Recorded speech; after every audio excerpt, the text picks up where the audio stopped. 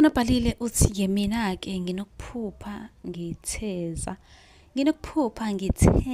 izinkuni. Ingabe-ke lokho kusho ukuthini? Iy'nkuni siyazazi sonke, ngizofaka isithombe la, izinkuni zokubasa umlilo. Ngabe lelo phupho libika ukuthini? Ningakhohlwa ukusubscribe ku-YouTube, nansi link bio.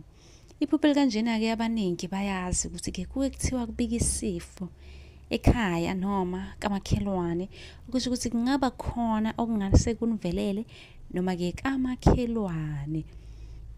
Ngakho-ke kuzomele niqaphele, ikakhulukazi-ke kuthiwa uma ungumuntu vele ohlezi esemgaqweni, mhlawumbe ujwayele ukuhamba ngezimoto, mhlawumbe uyasebenza uhamba ngemoto, kuzomele nje uqaphele ngoba alilihle neze lelo phupho. Nasekhaya ngokunjalo beqaphele.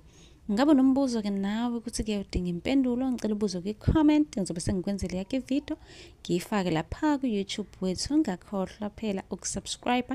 Nisale kahle.